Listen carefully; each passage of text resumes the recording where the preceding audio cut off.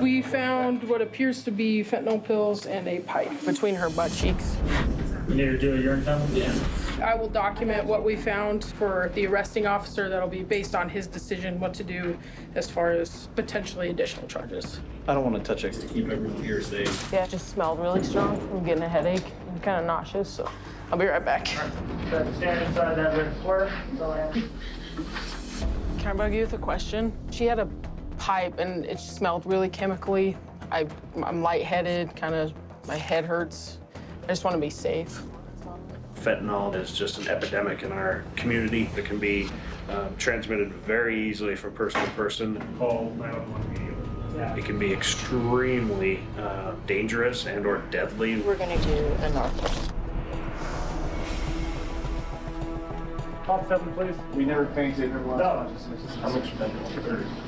And I see the officer sitting in the nurse chair, and my heart dropped, and I was like, wait, what? Not right now. I think we should get you up to the hospital. She's conscious breathing, gave her one shot of Narcan, eyes are super dilated. So she's gonna be right on the other side of the counter.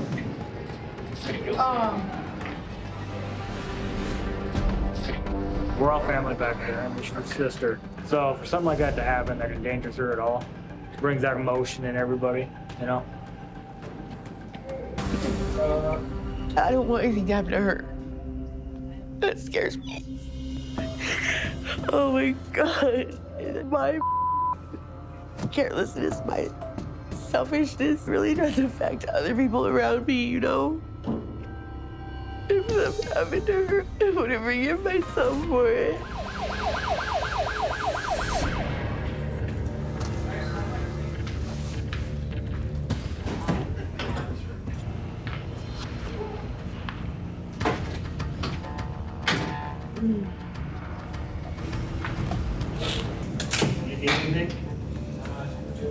Did the arresting officer talk to you about your warrants or your new charges and why you got brought in? New charges. You were brought in on new charges, as well as the warrants now, for controlled substance possession. That's for the fentanyl. The first degree introduction of contraband, as well as possession of drug paraphernalia. Oh my God, really? Because that's why I was honest with him. I said, I don't know really even where it's at. But I did have fentanyl pills on me. I just wasn't sure where everything was at because I had just gotten it before the officers showed up. I would recommend that you speak with your public defender on Monday about it. Yeah. And definitely try to get your story straight that way, okay? All right, thank you, ma'am. Our arresting officers, they're very good about communicating. If you have anything, you need to tell us now before it goes to jail. The second they come into our doors and we find illegal narcotic, that is an immediate felony. I'm glad you're okay. So they sent me out to the hospital to get checked. They didn't find anything on the UA, and my vitals were all good. I seemed to be okay. The headache went away, so I'm back at work. I'm feeling hell. I just seen deputy walk through. I was worried about her. That was one of those moments where I'm like, I really just need to stop and think about life because the mess I've made, so much of it, I didn't even give a about who was gonna be harmed by it. My marriage fell apart and I ended up on the streets homeless and, you know, my family just turned their back on me and I get serious about changing it. And I'm just talking about it, you know? Yeah.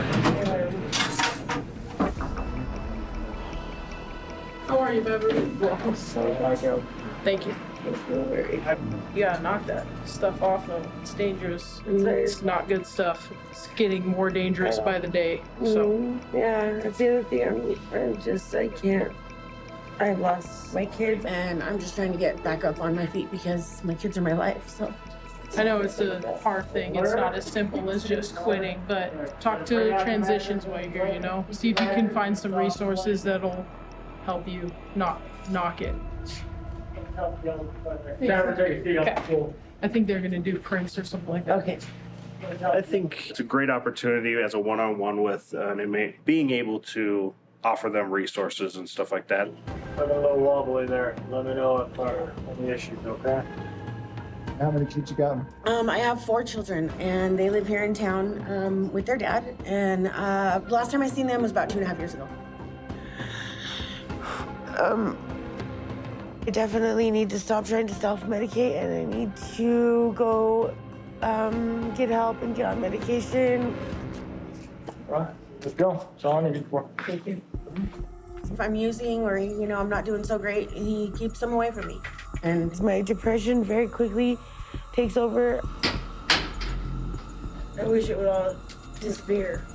Definitely gotta start with myself.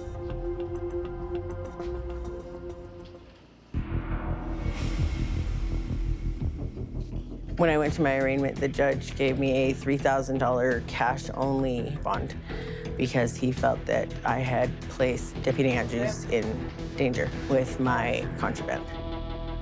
I am headed to court. We're gonna ask for a bond reduction, and best case is I could possibly be able to bond out, or could maybe even have a fast track to treatment or something like that. So we'll just see where it goes.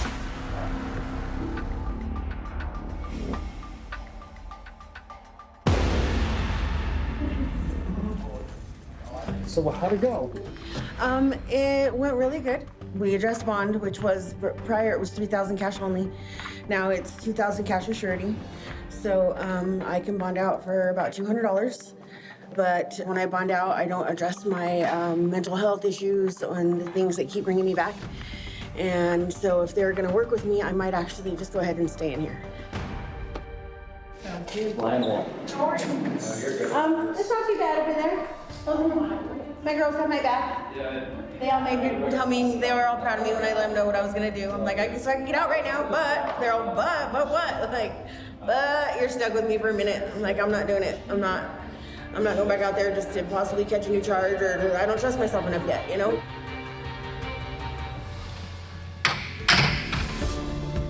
It keeps me focused knowing that I need to do what I gotta do right if I want to be in my kids' life, because they deserve that.